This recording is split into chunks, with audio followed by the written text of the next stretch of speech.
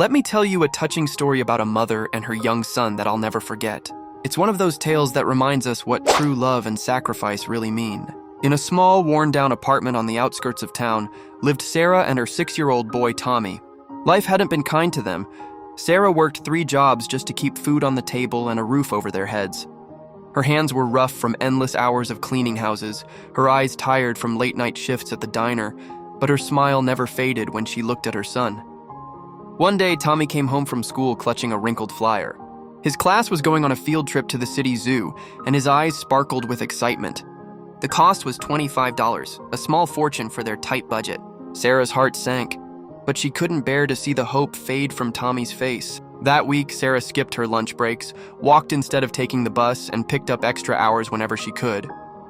She even sold her mother's old silver necklace, the only valuable thing she owned, all while telling Tommy, "Of course you can go, sweetheart. We'll make it work." The morning of the field trip, Tommy bounced with joy as he joined his classmates. But what he didn't know was that his mother had gone without dinner for 3 nights to make it happen. That evening, when he returned home bursting with stories about lions and elephants, Sarah held him close, her own happiness complete in his excitement. What Tommy would learn years later was that pure love isn't measured in dollars and cents, but in the quiet sacrifices made without expectation of recognition or reward. His mother taught him that even when you have nothing, you can still give everything. Today, whenever I see a mother holding her child's hand or making those silent sacrifices that no one else sees, I think of Sarah and Tommy. Sometimes the greatest wealth isn't in what we have, but in how much we're willing to give up for those we love. That's the thing about a mother's love.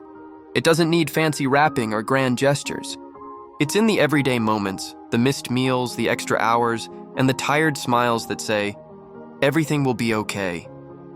Because that's what real love does. It finds a way, always.